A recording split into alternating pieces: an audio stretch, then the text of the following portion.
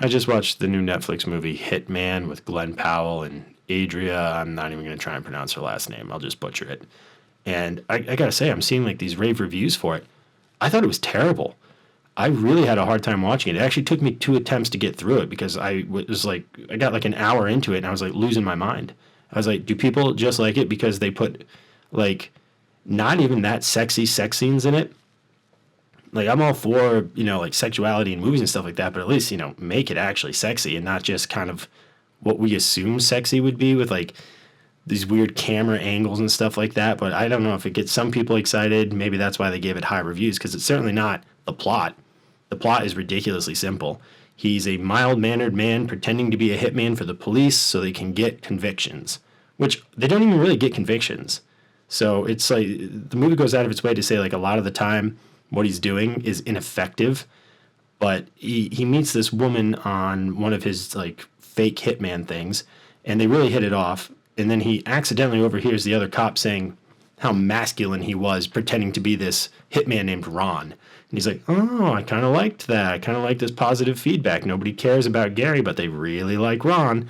And so when the woman contacts him again to just like, somewhat flirtatious, tell him that she's left her husband and has her own place, they start up this like affair, I guess you can call it. And so that's where like I think most people are like, oh, they're charismatic and attractive leads. Look at them make kissy faces, and look at them throw each other on the bed and all that stuff. And it's like, okay, well, I don't care. Like, it's just not. I don't know. Something just didn't connect with me for these characters. I don't know if it wasn't enough time spent or if I just didn't understand the stakes. It's just, I don't know. Something just really didn't connect with me with this movie. I found it very boring, and I found it like tonally kind of all over the place. Like, make the movie about like the guy pretending to be the hitman. That's a movie. Making him fall in love with one of the people. Okay, that's also a movie.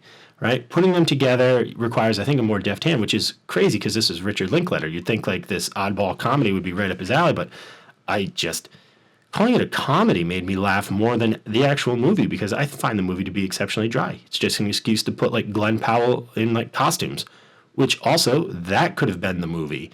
Like, I don't know what I was expecting. I hadn't seen the trailer, mercifully. If I had seen the trailer, I probably never would have given the movie a chance. Actually, so maybe not mercifully. Maybe the trailer could have saved me. But it's like, it's one of those trailers that shows the entirety of the movie in the trailer. What are you doing? Why are you doing that? Like, even like it show. Oh God, it's just movie trailers. Stop giving away your movie. Show things from like the first like 15, 20 minutes. If you can't hook us with a trailer from the first 15, 20 minutes and you're relying on the entirety of the film, maybe you need to go back and reevaluate how like you're trying to hook us when we sit to watch the actual movie. Because now you'll be waiting for these things that are like an hour into the movie. It's near the end. So you better hope people like setups, but it's not even that great at it.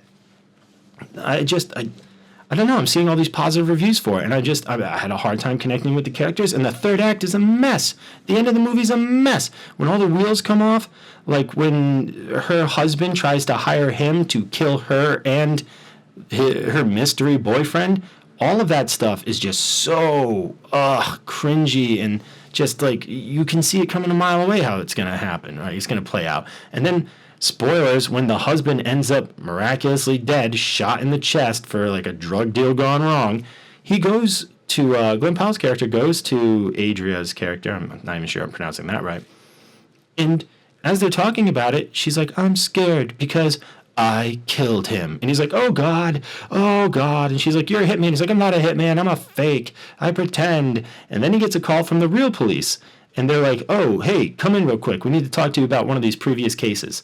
So he goes to talk to the police, and that's when they're like, oh man, it turns out like her husband was worth a lot of money.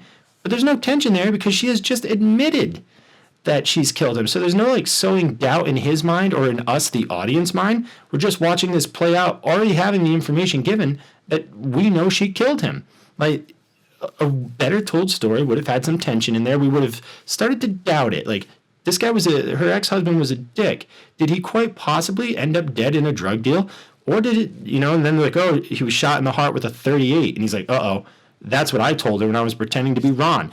We can start to then piece together. It's like, oh God, she probably did do this. But to tell us she did it and then to lay out the facts afterwards, what is that? What kind of storytelling is that? How are we supposed to? We're not invested in that. We already know she did it.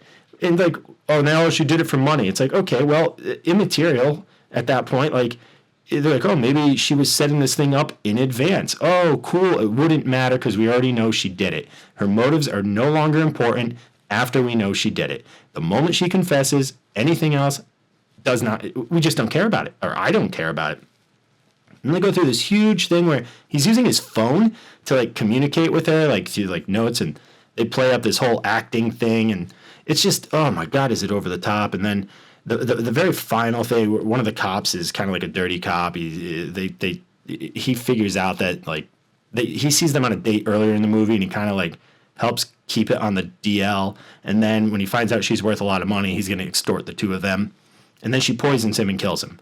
And so it's like, well, I've killed two men. And it's like, wow, maybe she's like really kind of like crazy. But no, it's like they play it up as like desperation. Like these aren't things that she wasn't calculated. It's not like she was spending time to get to know the hitman for the purpose of murdering him. But she sort of is. She's getting to know the hitman so she can figure out how to murder her soon-to-be ex-husband, right? That's way more interesting, but it's never really, they never explore it. Like, he never, like, second guesses, like, their relationship. Like, oh, God, were you only getting close to me so you could find out how to kill your husband for his life insurance? Nope, not a conversation that actually happens. And the movie ends with the two of them married and having, like, kids. So it's like, I appreciate like kind of a dark, twisted ending, but it's like, I don't care. I don't care about them. You've missed every possible venue to explore like her especially, right? Because she's just there to be like, not even like a femme fatale. Like you don't really get any of her deeper motivations behind anything. If they had, like I said, if they had set it up that she was getting to like seduce the hitman so she could get like free advice on how to like kill her husband, that would have been very interesting, because then when he would come to her and she'd be like, I killed him just like you taught me. And he's like, what? She's like, yeah, what did you think we were doing? You know, like, but that never happens. Like they play it up as like some kind of like trying to be like a rom-com, I guess. I don't know. It was just so weird. I couldn't connect with it. And like I said, it took me 2 attempts to get through the movie because it's 2 hours long. It's 2 hours long to tell like a very simple story. And so I don't know. You got to tighten these things up. You got to find a way to like bring tension into this movie. Like I said, that third act where she admits to the murder and then they start laying out the possible reasons she may have done it. It's immaterial why she would have done it. Telling us why she would have done it and then having us be like, oh God, did she do it? And us as the audience thinking, yeah, she probably did. But him as the character being like, oh, I got to go through this whole mental like gymnastics rigmarole to figure out if I'm sort of responsible for the way she killed her husband. Because the answer is yes. None of that gets touched upon. So I don't know. Maybe people like it because pretty people on screen kissy and are running around in their underwear.